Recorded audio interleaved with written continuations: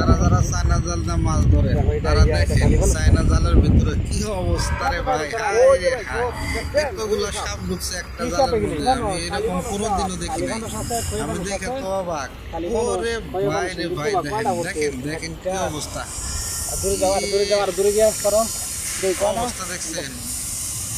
এরকম চায়না জালটা যারা মাছ ধরেন তারা খুব সাবধান, এরকম সাপ ঢুকলে যেন আপনারা একটু থাকেন, কারণ এরকম সাপে যদি কামড়ায় তাহলে কিন্তু জান শেষ। ওরে ভাই রে ভাই, দেখেন কি দুঃসাহস এই লোকটার, কিভাবে সাপ ঢুকছে দেখছেন, অবস্থা দেখছেন।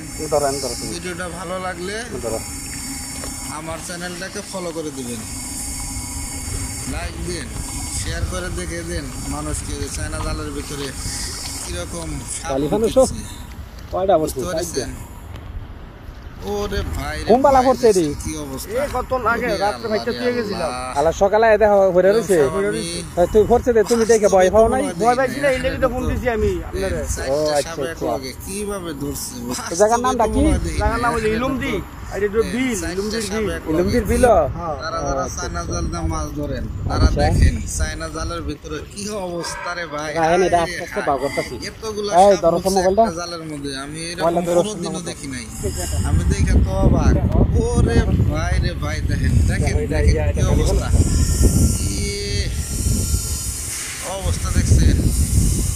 এরকম চায়না জালটা যারা মাছ ধরেন তারা খুব সাবধান, এরকম সাপ ঢুকলে যেন আপনারা একটু থাকেই থাকেন, কারণ এরকম সাপে যদি কামড়ায় তাহলে কিন্তু জান বাসাইরে ভাই। দেখেন কি দুঃসাহস এই লোকটার, কিভাবে সাপ ঢুকছে দেখছেন, অবস্থা দেখছেন।